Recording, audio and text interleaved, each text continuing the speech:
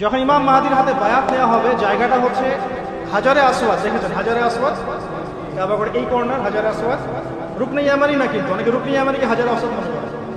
হাজারে আসওয়াদ এবং এই যেখানে আছে মাকাম ইব্রাহিম, এর মাঝখানে বায়াত নেওয়া হবে। আর বায়াত নেবেন কতজন জানেন? 313 জন। 313 জন। বদরি সাহাবী 313, তালুতের বাহিনী 313, এখানেও 313। বায়াত যখন নেওয়া হবে শাম থেকে, তখন একটা দল আসবে তাদের বিরুদ্ধে যুদ্ধ করতে। নবী সাল্লাল্লাহু আলাইহি ওয়াসাল্লাম বলেছেন, শামের ওই বাহিনীকে মক্কা মদিনার মাঝখানে বাইদা নামে একটা জায়গা আছে, এখানে ধসিয়ে দেওয়া হবে। আয়েশা রাদিয়াল্লাহু আনহা বলছেন, তখন তো অনেক সাধারণ মানুষও থাকবে। নবীজি বলেন, সবাইকে ধসিয়ে দেওয়া হবে।